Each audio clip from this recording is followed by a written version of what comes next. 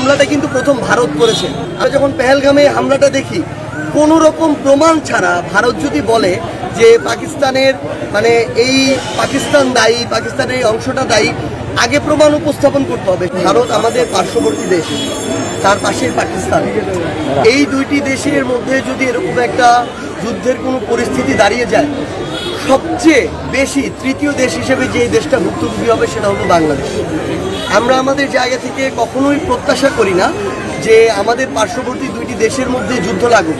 তার উপরন্তু এই দুইটি দেশ হচ্ছে পারমাণবিক শক্তিধর দেশ, এবং এখানে আরেকটি গুরুত্বপূর্ণ বিষয় হচ্ছে দুইটি দেশের মধ্যে ধর্মীয় দিক থেকেও কিন্তু মুখোমুখি অবস্থান মাঝে মাঝে আমরা দাঁড়াতে দেখেছি। আমরা উপমহাদেশের রাইভালরি যখন চিন্তা করি, ইভেন ক্রিকেট ম্যাচের ক্ষেত্রেও আমরা দেখি যে এই দুইটি দেশ মুখোমুখি দাঁড়িয়ে যায়।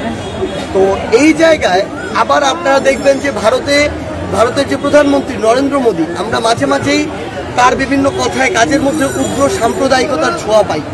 তো সেই জায়গা থেকে আমরা কখনো এটা প্রত্যাশা করি না যে আমাদের পার্শ্ববর্তী দুইটি দেশ যে কোনো কারণেই হোক না কেন তারা যুদ্ধে জড়িয়ে পড়ুক। তাদের সাথে শুধু আমাদের বাণিজ্যিক আন্তর্দেশীয় সম্পর্কটা গুরুত্বপূর্ণ নয়, পাশাপাশি পরিবেশটাও তো গুরুত্বপূর্ণ। আমরা দেখেছি যে এর আগে পৃথিবীতে বিশ্বযুদ্ধ বলি, বিভিন্ন আন্তর্দেশীয় যুদ্ধ বলি, যেখানেই হয়েছে পার্শ্ববর্তী দেশগুলো ক্ষতিগ্রস্ত হয়েছে, এর প্রভাব পড়েছে।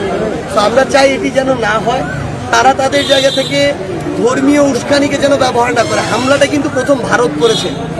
আবার আমরা যখন পেহেলগামে হামলাটা দেখি, কোনো রকম প্রমাণ ছাড়া ভারত যদি বলে যে পাকিস্তানের এই পাকিস্তান দায়ী, পাকিস্তানের এই অংশটা দায়ী, আগে প্রমাণ উপস্থাপন করতে হবে। সেই অনুযায়ী আন্তর্জাতিক আদালত আছে।